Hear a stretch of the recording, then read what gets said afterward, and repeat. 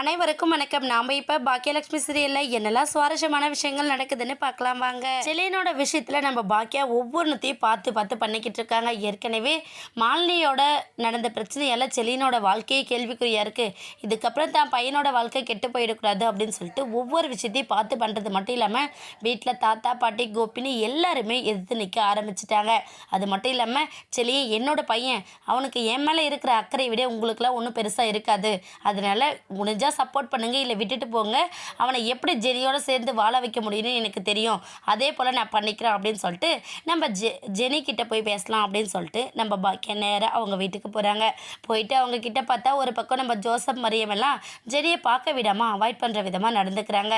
எத்தனை தடவை சொன்னாலும் புரிஞ்சுக்காம திரும்ப வந்து பிரச்சனை பண்ணிக்கிட்டு இருக்கீங்க அப்படிங்கிற மாதிரி ஜோசப் ஒரு பக்கம் கத்த, இன்னொரு பக்கம் பாக்கியாவோட வயசை கேட்டதுமே நம்ம ஜெனி வந்து ஆன்ட்டி அப்படின்னு சொல்லிட்டு வெளியே வர முயற்சி பண்ண உடனே ஜோசப் என்ன பண்ணுறான்னா, ஜெனி நீ உள்ளேயே இரு, நீ இப்போதைக்கு வெளியவே வரக்கூடாது அப்படின்னு சொல்லிட்டு டோரை லாக் பண்ணிட்டு வந்துடுறாங்க.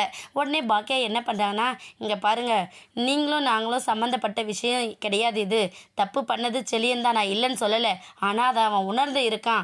இப்போ அவங்க ரெண்டு பேரும் தனிப்பட்ட வகையில் பேசினாங்க அப்படின்னா இந்த பிரச்சனைக்கெல்லாம் ஒரு சொல்யூஷன் கிடைக்கும், நாமளே அதுக்கப்புறம் எதுவும் ஒன்றும் பேசிக்கலாம், அவங்க ரெண்டு பேரும் பேசிட்டோம் அப்படின்னு சொல்லிட்டு நம்ம பாக்கியா எவ்வளவோ சொல்கிறாங்க.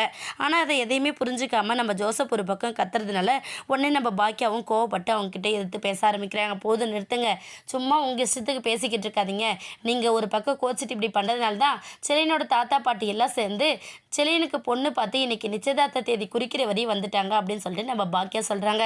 இதை கேட்டதுமே ஜெனிக்கு தூக்கி வாரி போட்டுறது. உடனே ரொம்ப ஃபீல் பண்ணி, ஆண்டி நிஜமாக சொல்கிறீங்களா, செலியன் இந்த கல்யாணத்துக்கு ஒத்துக்கிட்டானோ அப்படி இப்படின்னு சொல்லிட்டு ரொம்ப ஃபீல் பண்ணி பேசுகிறாங்க நம்ம ஜெனி ஒரு பக்கம். ஆனால் ஜோசப் என்ன பண்ணுறாருன்னா, போதுமா, நீங்கள் ஏதாச்சும் ஒரு பிரச்சனை டெய்லி வந்து பண்ணிக்கிட்டே இருக்கீங்க, அதை சமாதானம் பண்ணி வைக்கவே எனக்கு சரியாக போயிடுது, இங்கேருந்து கிளம்புங்க, இதுக்கு மேலே நீங்கள் பேசுனீங்கன்னா அப்புறம் மரியாதை கெட்டு போயிடும் அப்படிங்கிற மாதிரி ஜோசப் பேச, நீங்கள் ஏன் உங்கள் பொண்ணு மேலே அக்கறை இல்லாமல் இருக்கீங்கன்னே எனக்கு தெரியல அப்படின்னு சொல்லிட்டு நம்ம பாக்கியா கிளம்பலான்னு முயற்சி பண்ணுறாங்க.